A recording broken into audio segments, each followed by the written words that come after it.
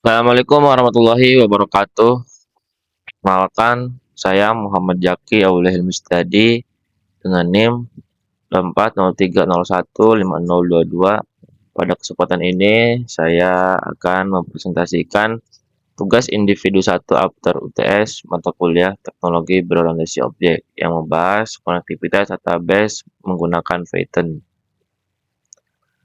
Nah, yang pertama itu ada konsep data konektivitas. Database driver atau konektor merupakan penghubung antara program Python dengan sistem database. Setiap DBMS membutuhkan driver yang berbeda karena memiliki protokol komunikasi dan format data yang berbeda. Contohnya SQLite untuk SQLite,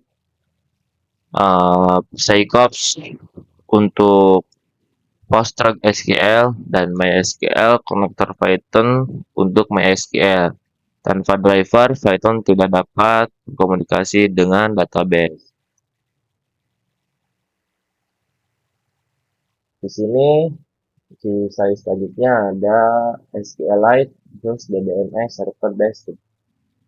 SQLite merupakan database yang sudah tersedia secara bawaan di Python dan bersifat serverless karena data disimpan dalam satu file database, sedangkan MySQL dan PostgreSQL memerlukan server yang aktif secara konfigurasi jaringan.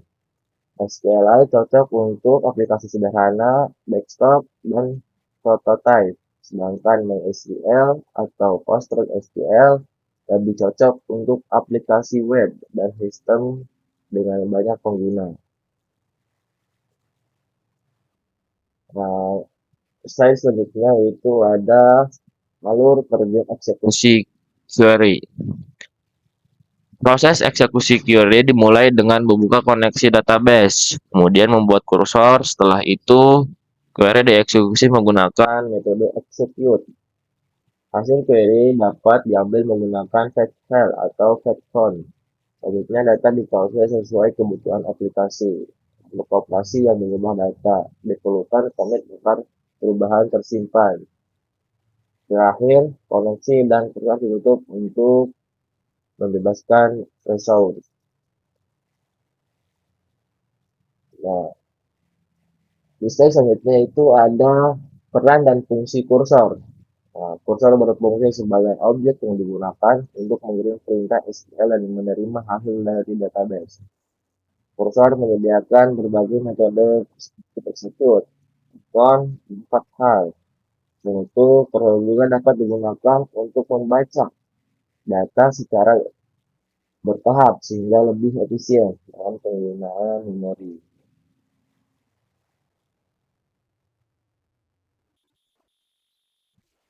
Slide selanjutnya itu ada fetch-file versus fetch-font.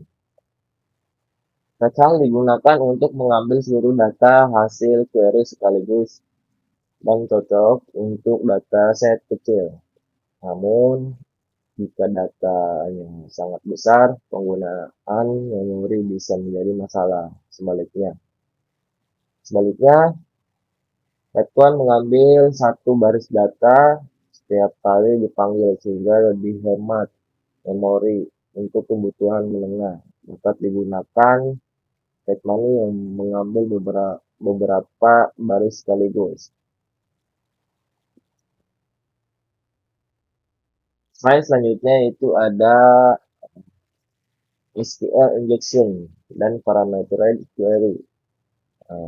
SQL injection adalah serangan yang memanfaatkan input pengguna untuk memanipulasi query database.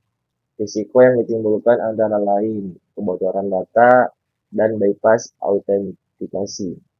Untuk mencegahnya, digunakan parameterized query yang memisahkan data input dari perintah SQL. Cara ini merupakan standar keamanan yang wajib diterapkan dalam pengembangan aplikasi. Nah, di slide selanjutnya itu ada mekanisme commit dan rollback. Nah, commit digunakan untuk menyimpan perubahan secara permanen ke database. Sedangkan rollback digunakan untuk membatalkan perubahan jika terjadi kesalahan. Pengguna commit dan rollback sangat penting untuk menjaga konsistensi data, terutama ketika terjadi error saat proses transaksi berlangsung.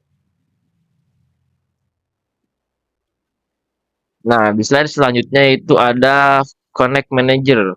Nah, keyword with pada Python digunakan sebagai Connect Manager untuk mengelola resource secara otomatis.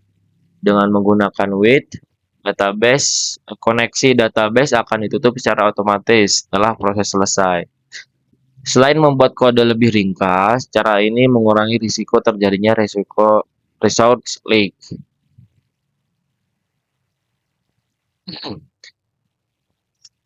Nah, di slide selanjutnya itu ada Object Relational Mapping atau URM. URM adalah teknik yang menghubungkan table database dengan class pada Python.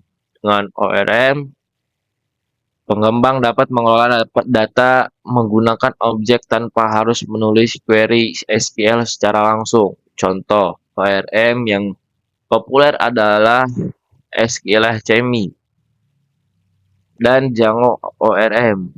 Kelebihannya adalah kode lebih mudah dikelola dan lebih aman dan SQL injection.